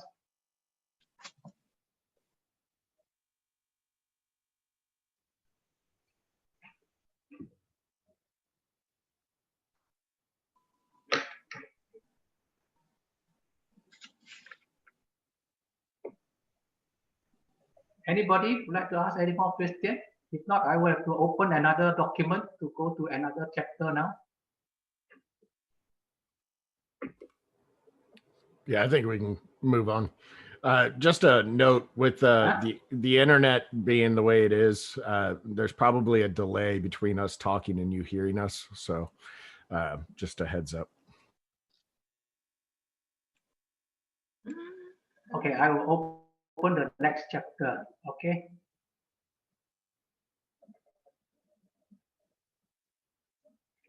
Now, I want to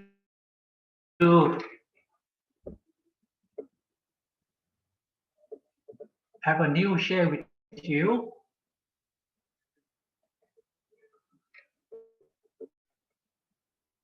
Will you see this slide now? Brief history of Buddhism in China. No, stop your share, your screen share, and then start a new screen share and select the new document. Are you with me? You're still sharing the previous PowerPoint presentation. I'm still showing the old one. Oh, there you go. It just took a while. Oh, now it's back, is it? Chapter 3, Brief History of Buddhism in China. Yep. Is it? Do you see this now? Okay. Okay. So now I will have to continue now. Chapter 1, we talk about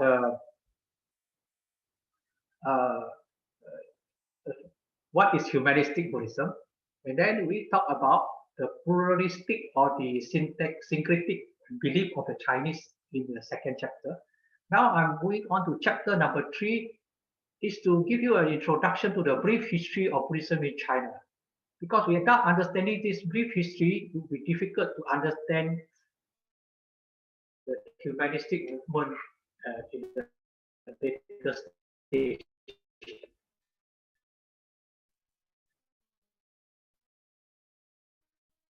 So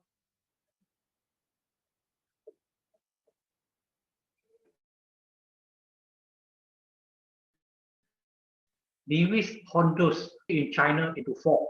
So I'm using his analysis, so that is easier for you also, easier for me also. That is, during the first period is the entry and translation period. And Buddhism entered into China, and a lot of translation work was done. Translation from Sanskrit into Chinese, which ended around 420 AD. And then the second period, we call it that of the period of interpretation, where there is a lot of Chinese scholars who interpreted the Buddhist suttas. That lasted to the beginning of the Tang Dynasty in 618. And then the third period, the establishment period, the flourishing period, which ended around 960 AD. And then the fourth period, that of decay, from 960 until today. That means it's almost a 1,000 year, which is on the decline. Almost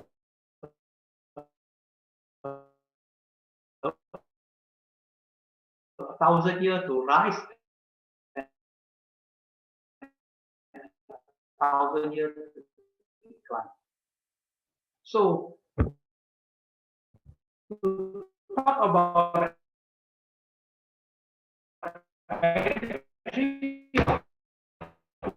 Buddhism into China,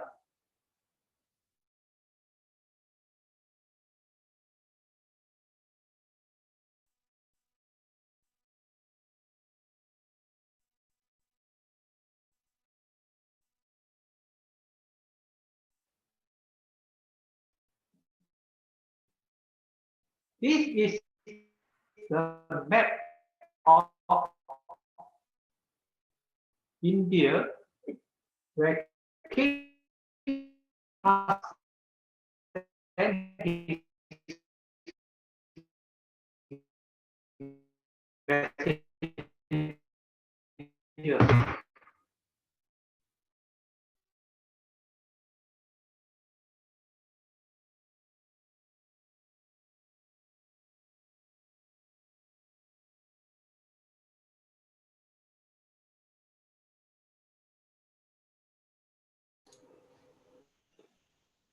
So tonight's class will be better then.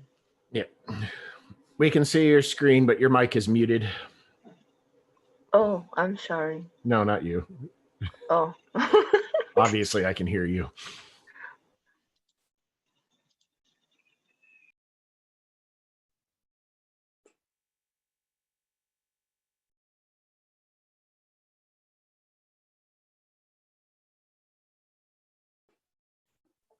Hello. Hello. Can you hear me? Yes. Is it okay now? For now. Okay. Shall we start again? Sure. Let's give it a shot.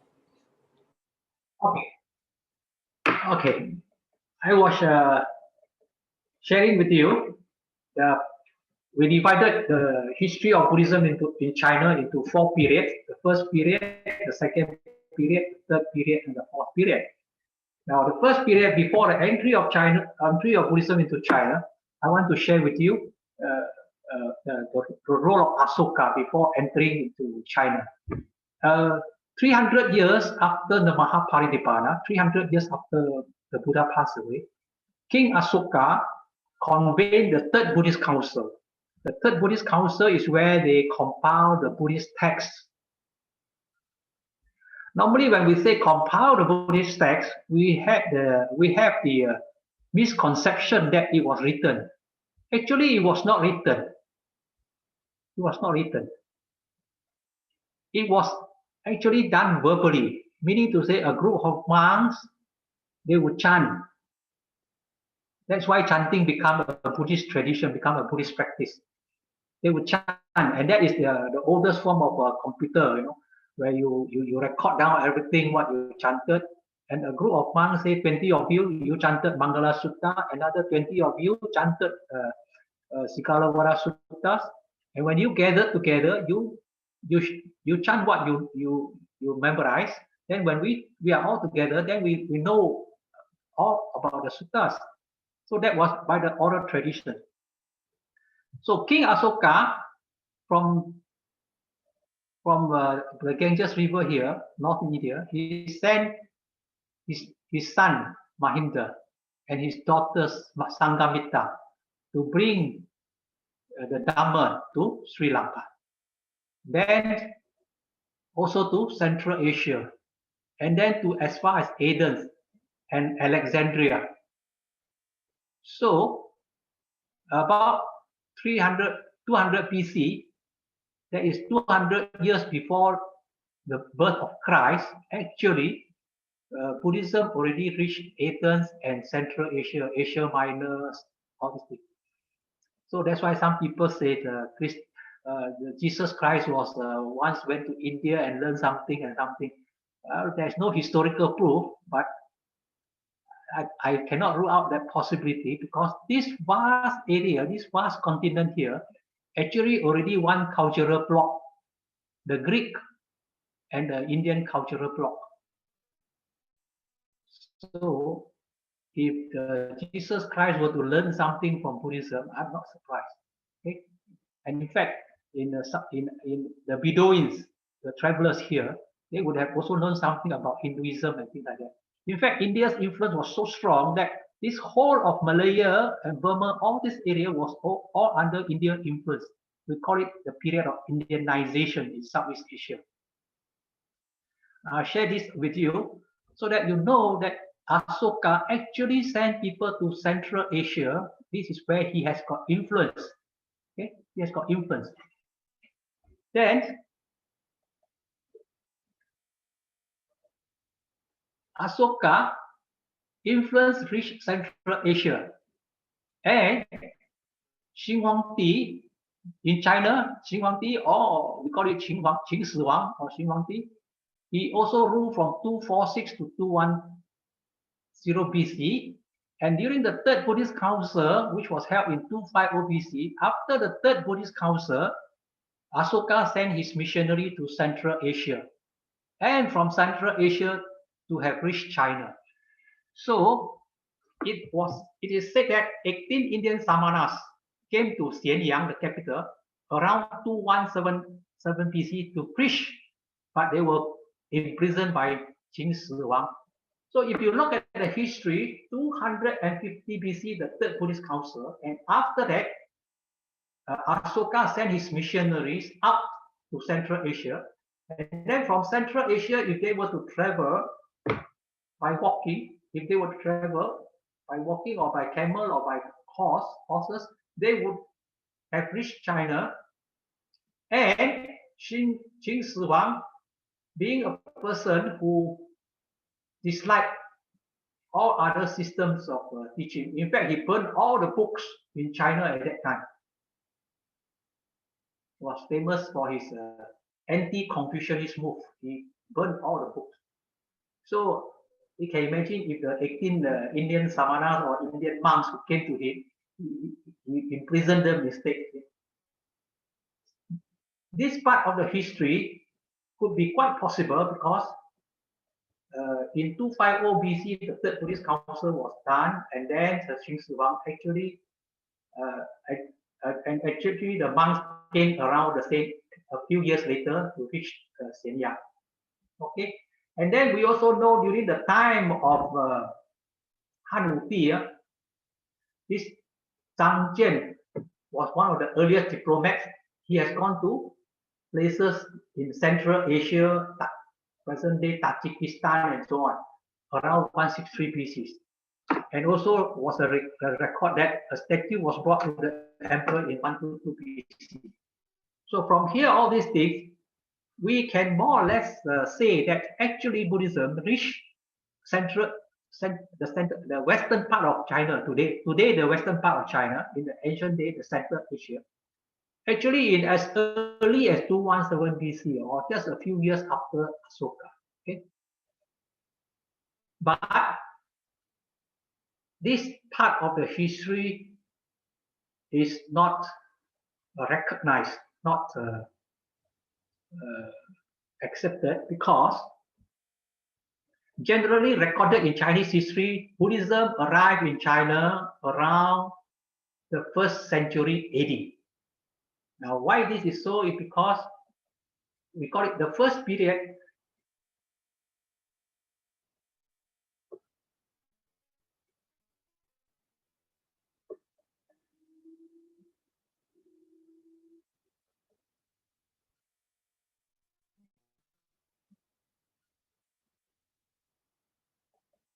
This part of the history was generally not the formal or the official entry of Buddhism into China, but we can be quite sure that the Chinese know about Buddhism. People like Qin Huangdi, they would know about Buddhism, but well, not widespread. Okay.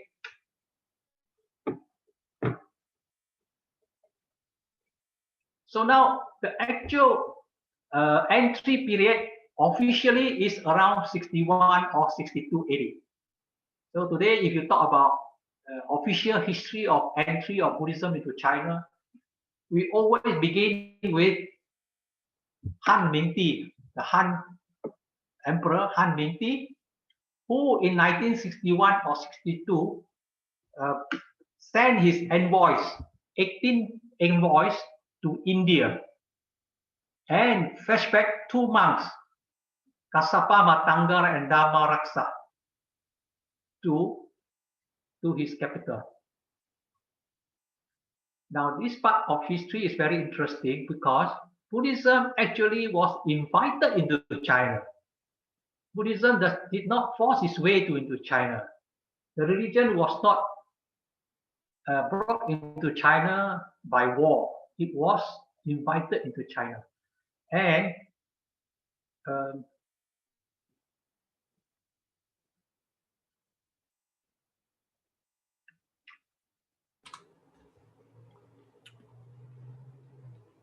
We're actually at time. okay. Just a little bit more. So, the Minty actually had a dream. Why he sent the envoy to India to bring back these 2 monks together with their sutta? It was because he had a dream. He had a dream that a golden man appeared in his dream. And the next morning, he asked his people what this golden man was about. And all his advisors told him, it is the Buddha in India, in the West. So from this story, we should know that the people around Minty actually know about Buddhism and know about the Buddha. Otherwise, they would not tell him, right? So earlier than Minty, definitely there was some kind of Buddhism already in China, although not widespread.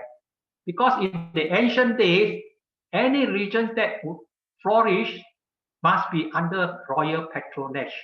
Without royal patronage, you can have some devotees, but not many. Okay. So Minty sent to India and sent his envoys to India and brought back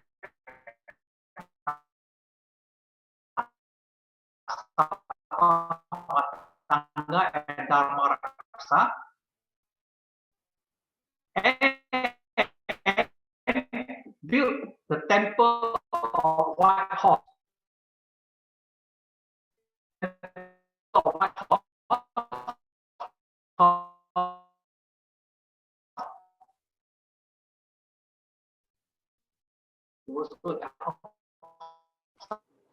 We are unable to hear you at this point.